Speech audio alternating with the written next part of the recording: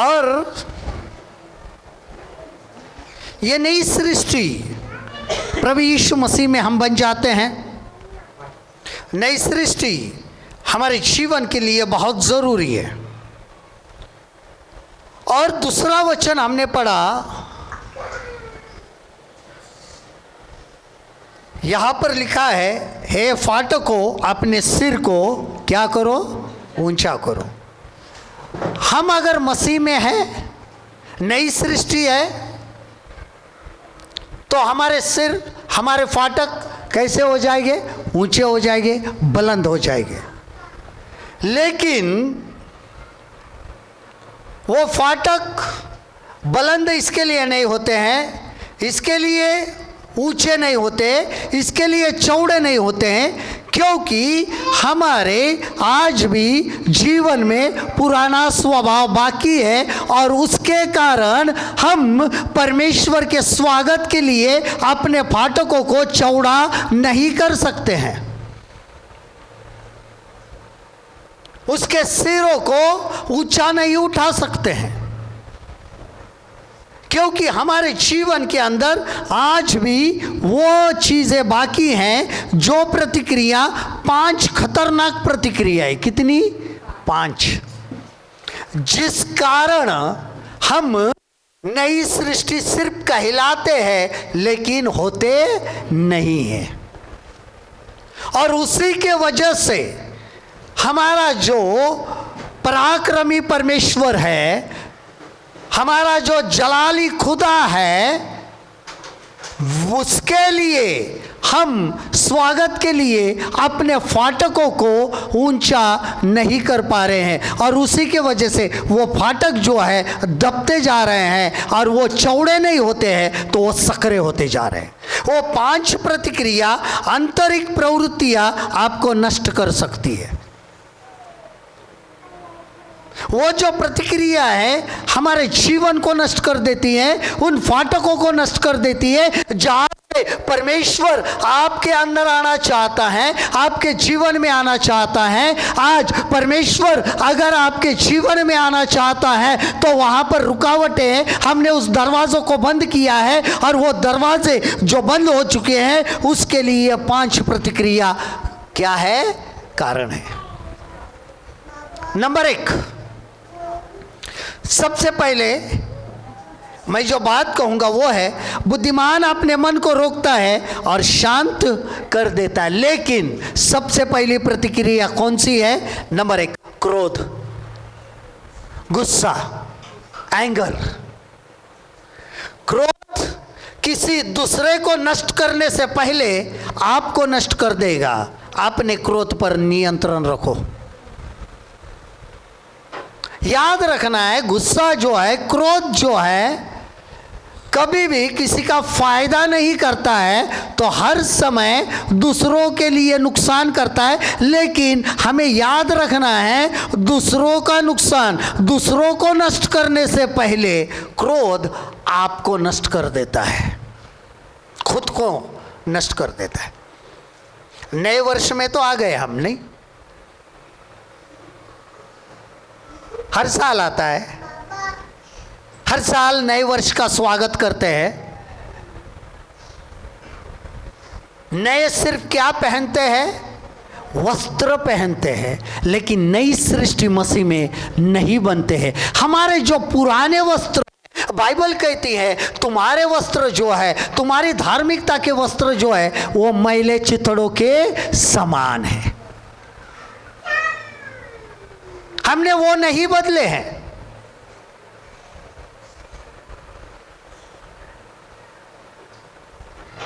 जब परमेश्वर के सामने 2 याजक जाके खड़े हो गए, उसमें से एक यहोशू था, जब देखा तो उसके कपड़े कैसे थे? मैले कुचले थे। परमेश्वर ने कहा सबसे पहले इनके कपड़ों को, वस्त्रों को क्या कर दो? बदल दो। हम नए वर्ष में आए हैं, लेकिन हमारे मन से अभी भी क्रोध निकला नहीं है, गुस्सा निकला नहीं है, एक दूसरे के ऊपर गुस्सा है, और हम परमेश्वर का स्वागत करना चाहते हैं। हम सिर्फ नए वर्ष का स्वागत करते हैं, लेकिन परमेश्वर का स्वागत नहीं कर रहे हैं। यहाँ पे जब हम पढ़ते हैं भजन संहिता के अंदर, तो वहाँ पे लिखा है कि हे फाटको अपने सिर ऊंचे करो, हे सनातन के द्वारा ऊंचे हो जाओ, क्योंकि प्रतापशाली राजा प्रवेश करेगा।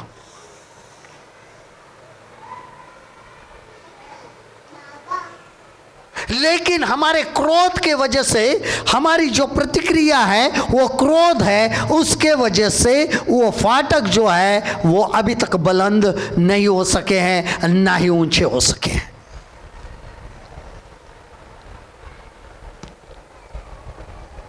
क्रोध दूसरों को नष्ट करे या ना करे, लेकिन हमारा क्रोध अपने आप को जरूर नष्ट कर देगा। बाइबल कहती है गुस्सा तो करो लेकिन पाप ना करो, क्रोध तो करो लेकिन पाप ना करो, और शैतान को अवसर ना दो। सूरज ढल जाने से पहले ही, सूरज ढल जाने से पहले ही आप जिसके ऊपर गुस्सा हो उसके साथ सुलह कर दो, क्योंकि हमने वचन पढ़ा है कि हमें मेल की सेवा दी है। किसकी सेवा दी है? मेल मिलाप की सेवा दी है।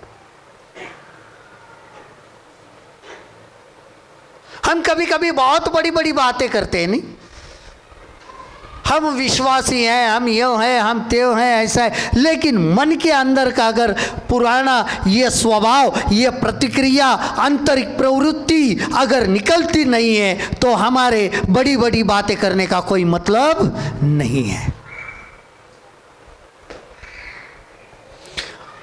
देखिए नीति वचन 14:17 क्या कहता है? Proverb chapter 14:17।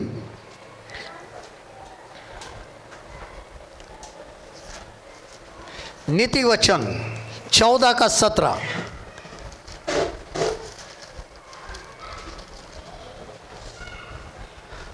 जो झट क्रोध करे वह मूर्खता का भी काम भी करेगा, और जो बुरी युक्तियां निकालता है उसे लोग बैर रखते हैं। अब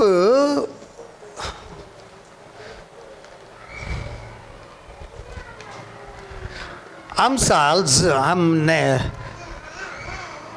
उर्दू में पढ़ेंगे, अमसाल 14 बाब का 17 कलाम।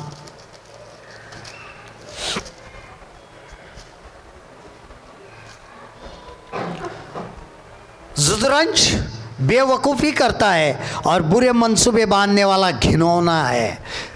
उर्दू में बहुत बढ़िया वर्ड शब्द है, घिनौना है। वो क्या है? घिनौना। घिनौना यानी घिन लाने वाला, नफरत उत्पन्न करने वाला जो व्यक्ति होता है उसको घिनौना कहते हैं। हम नहीं कहते ये घिनौने काम है। कौन से काम है? घिनौने काम है।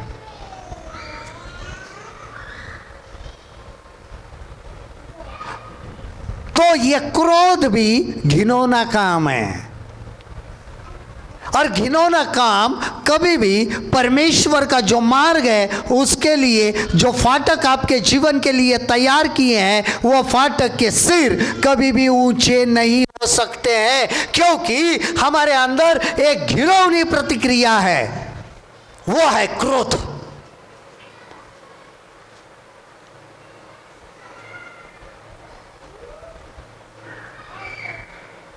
कलीसिया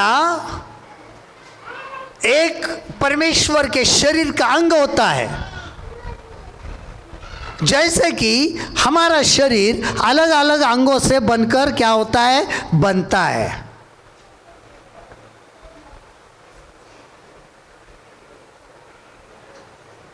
हमारा शरीर अलग अलग अंगों से बनकर जुड़कर एक पूरा क्या बनता है? शरीर बनता है।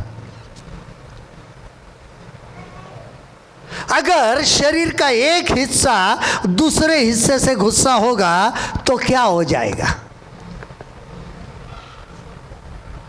कभी आप समझ सकते हैं क्या होगा? जब हमारे ऊपर बीमारियां आती हैं, जब कोई भी आपके शरीर का हिस्सा काम करना बंद कर देता है, ध्यान दो मैं क्या कह रहा हूं। जब भी कोई भी हिस्सा, आपके शरीर का कोई भी हिस्सा काम करना बंद कर देता है तो उसको समझ लेना चाहिए कि शरीर में आपस में तालमेल नहीं है, आपस में मेल मिलाप नहीं है। कैसे नहीं है? कि अगर किसी चीज़ खाने से आपको कोई चीज़ ऐसी है जिससे आपको क्या है, एलर्जी है, अगर वो चीज़ आप खा लेते हैं तो आपके शरीर में क्या होता है, दर्द होता है, या आपको उस शरीर में तकलीफ होती है, क्योंकि वो शरीर उस खाने की चीज़ को ग्रहण नहीं कर सकती है। उसके वजह से आपके पूरे शरीर को दर्द होता है। उसका कारण यही है कि वो शरीर जो चीज़ आपने खाई है उसके साथ मेल मिलाप नहीं कर रही है। वही दर्द जो होता है वो मसीह के शरीर को होता है। जब एक कलीसिया के अंदर दो भाग होते हैं, या एक का मुंह इधर होता है, एक का मुंह इधर होता है, तो दर्द आपको नहीं होता है, उस शरीर को होता है जिस शरीर के आप हिस्से हैं, क्योंकि आप एक दूसरे से मेल मिलाप रखना नहीं चाहते हैं। और कलाम कहता है कि जो मसीह में है वो नई सृष्टि है। लेकिन नई सृष्टि तो आपस में तो बनती नहीं है, वो तो दरवाजे खोल ही नहीं रही है, दरवाजे तो ऊंचे नहीं हो रही है, उसके सर ऊंचे नहीं हो रही है, क्योंकि हर एक के अंदर कलीसिया के जीवन में जो भी है, जो भी अंग है, उनके जीवन के अंदर ये क्रोध भरा हुआ है, क्योंकि वो किसी दूसरे को नष्ट करे या ना करे, खुद को जरूर नष्ट कर देता है। हम ये नहीं समझ पा रहे हैं कि हम किसी को नहीं नष्ट कर रहे, हम खुद नष्ट हो रहे हैं, हम खुद नष्ट हो रहे हैं।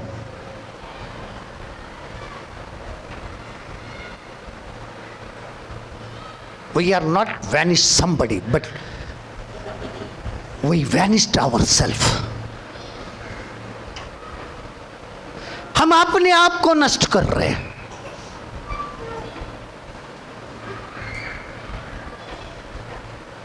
और हम इन चीज़ों को जो हमारे अंदर है उसको कबूल करना नहीं चाहते। हाँ, मेरे अंदर है ये,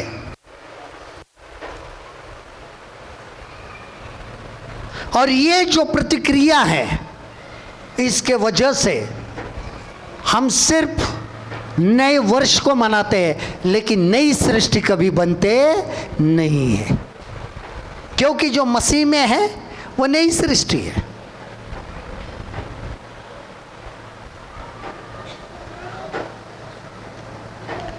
नीति वचन का और एक वचन हम पढ़ेंगे,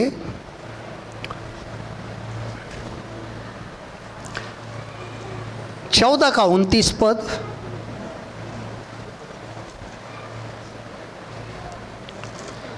Proverbs chapter 14 verse 29। जो विलंब से क्रोध करने वाला है वह बड़ा समझ वाला है, परंतु जो अधीर है वह मूढ़ता की बढ़ती करता है। विलंब से क्रोध, हमारा परमेश्वर विलंब से क्रोध करने वाला है, उसको क्रोध जल्दी आता नहीं। विलंब से क्रोध करने वाले का अर्थ होता है सहन शक्ति रखने वाला। क्या रखने वाला? सहन शक्ति। सामने जो हो रहा है, गुस्सा तो बहुत आता है। अगर आप देखोगे आज का जो दुनिया का माहौल है, दुनिया में जो चल रहा है, हम और आप पसंद नहीं करते, गुस्सा आता है, लेकिन हम कुछ करते नहीं है। बहुत सारी बातें हमें सुनने के लिए मिलती है कि क्या हो रहा है दुनिया में।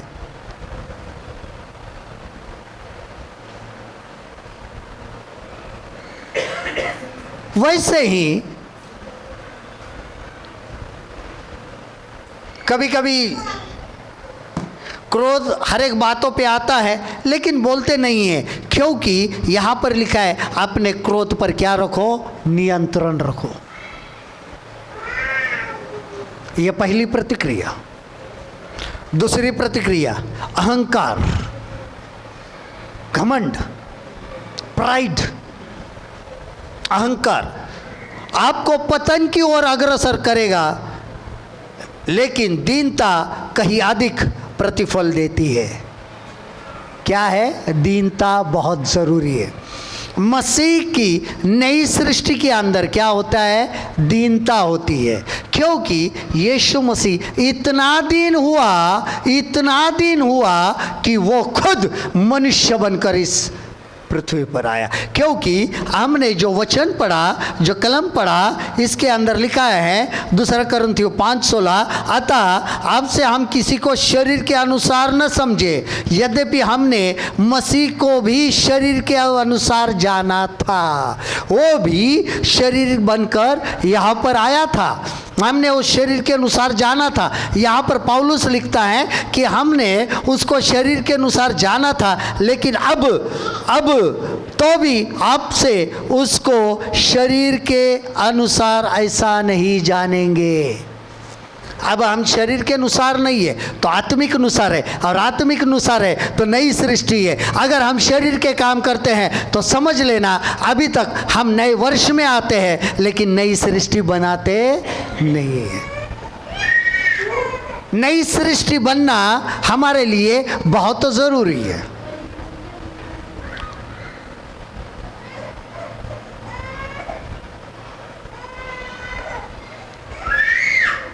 हम हमेशा नए दिन की याचना करते हैं, नए दिन में जाना चाहते हैं, लेकिन हम नई सृष्टि बनना पसंद नहीं करते। अहंकार जो है वो आपको पतन की ओर लेके जाएगा। Pride will take you in बैकस्लाइडनेस।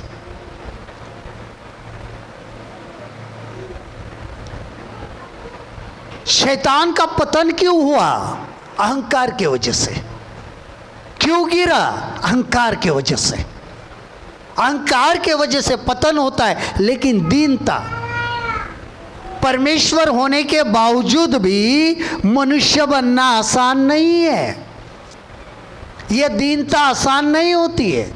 यीशु मसीह ने अपने चेलों के पैर धोए। क्यों धोए? वो दीनता प्रकट कर रहा है। देखिए नीति वचन 3 अध्याय का 34 पद, प्रोवर्ब चैप्टर 3 वर्स 34, अमसाल 3 बाब का 34 कलाम। ठट्टा करने वालों से यह निश्चय ठट्टा करता है और दीनों पर अनुग्रह करता है, घमंडियों पर अनुग्रह नहीं करता है। अहंकारी पर अनुग्रह नहीं होता है। अनुग्रह किस पर होता है? दीन व्यक्ति पर होता है। इसके लिए परमेश्वर ने कहा, मैं जिस पर अनुग्रह करना चाहता हूं उस पर अनुग्रह करता हूं, और जिस पर दया करना चाहता हूं उस पर क्या करता हूं? दया करता हूं। अनुग्रह के लायक जो है उस पर अनुग्रह होगा, और जो दया के लायक है उस पर दया होगी।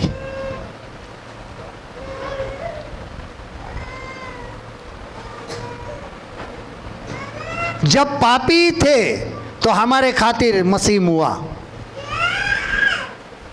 तो हम पर अनुग्रह आ गया, और अनुग्रह के बाद हमारे लिए ज़रूरी है हम दया के लायक बने। लेकिन दया के लायक नहीं बनने का कारण क्या है? अहंकार है। अनुग्रह तो हुआ है नहीं, लेकिन दया नहीं हो रही है। आप बोलेंगे अनुग्रह में और दया में क्या फर्क है?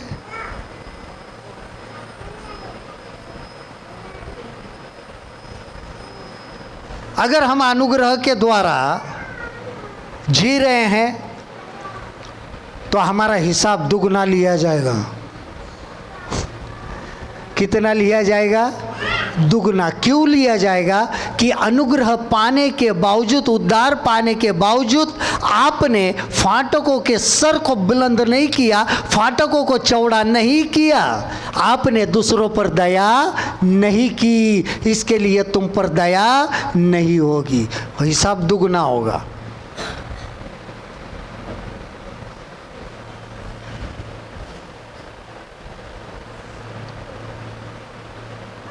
हम अनुग्रह में तो जी रहे लेकिन दया के वारिस नहीं बन रहे।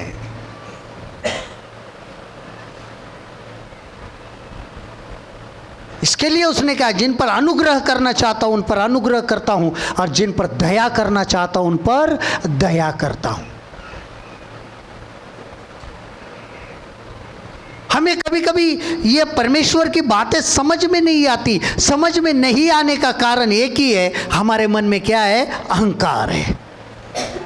अहंकार के कारण आपको परमेश्वर का वचन सही तरीके से कभी भी समझ में नहीं आएगा, क्योंकि वचन को समझने के लिए आपको दीन होना पड़ेगा। अगर आप अहंकारी बनकर वचन को समझने की कोशिश करोगे तो आपको जिंदगी में कभी भी परमेश्वर का वचन समझ में नहीं आएगा। और परमेश्वर का वचन समझ में नहीं आता है, इसके लिए हम उसके स्वागत के लिए तैयार नहीं है। हर साल हम नया वर्ष बनाते हैं, लेकिन परमेश्वर के दिन की अपेक्षा वो दिन नहीं कि जो न्याय का होगा, जो अंधकारमय होगा, वो दिन नहीं। प्रभु का दिन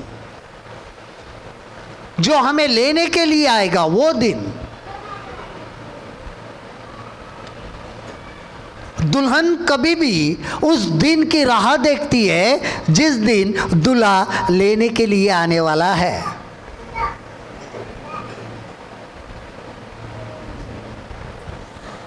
जब मंगनी होती है, शादी तय होती है, तो जो दूल्हा होता है उसकी सोच क्या रहती है? दुल्हन को लाना है। और दुल्हन की सोच क्या होती है? दूल्हा कब आएगा। हर एक दिन दुल्हन जो है वो दूल्हे की बाट जोहती है, इंतजार करती है। निकाह होने का है, विवाह होने वाला है, तो एक एक दिन जैसे जैसे एक एक दिन नज़दीक आता है, एक एक दिन नज़दीक आ जाता है, हम अपने आप को तैयार करने लगते हैं। हम अपने आप को तैयार करते हैं, और जिस दिन विवाह का दिन आता है उस दिन हम अकस्मात अगर सामने खड़े हो जाते हैं, फिर भी हम 10 बार सोचते, क्या मैं आज इस दुल्हन के लिबास में खड़े होने के लायक हूँ? क्या मैं यहाँ पर खड़े हो सकती हूँ? क्या मैं अच्छी दिख रही हूँ? क्या मुझे दूल्हा आज इस वक्त भी कबूल करेगा?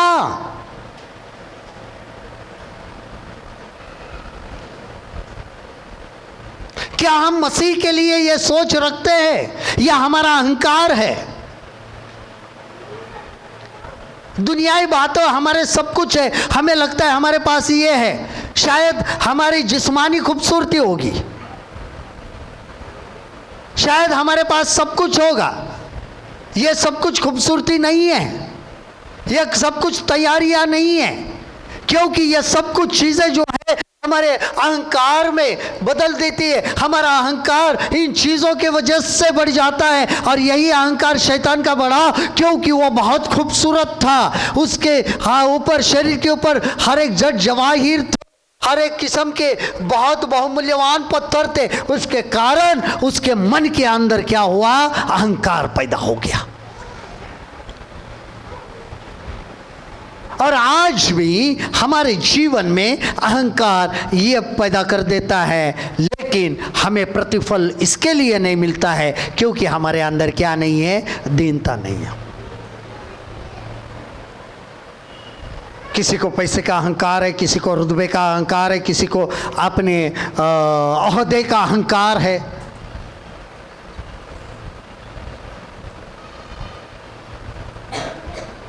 एक दूसरे के सामने जब आते हैं तो ऐसा लगता है कि हम एक दूसरे के सामने क्यों आए हैं आज।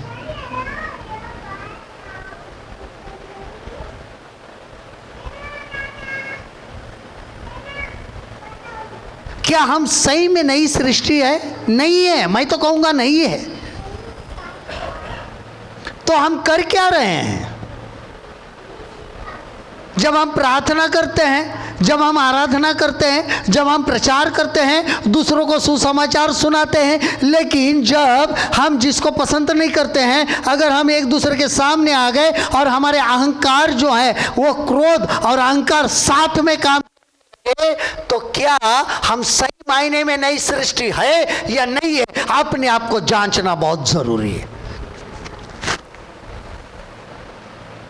नए वर्ष में तो आ गए हम, लेकिन क्रोध और अहंकार सिर्फ वर्ष में लेके आता है। हर वर्ष नया साल हमारे जिंदगी को देता है, लेकिन अपनी जिंदगी की, अपनी आत्मिक जीवन की नई सृष्टि नहीं बनाता है।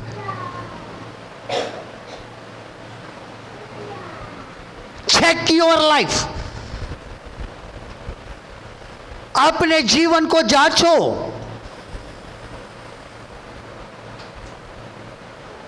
हम नए वर्ष में तो आते हैं, नया अभिषेक चाहते हैं, लेकिन कलाम कहता है, बाइबल कहती है, मैं हमेशा ये वचन कहता हूं कि पुराने मशकों में नया दाखरस कभी भरते नहीं है।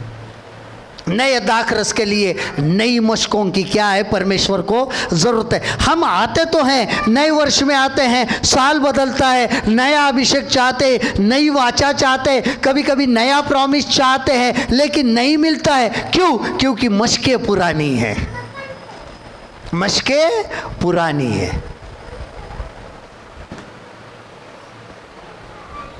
कैसा अभिषेक आएगा? और ये अहंकार जो है वो पतन की ओर लेके चलता है। वर्ष नया होता है, लेकिन अभिषेक और हमारा आत्मिक जीवन क्या होता है? कम होते जाता है। फाटक जो है वो ऊंचे नहीं हो रहे,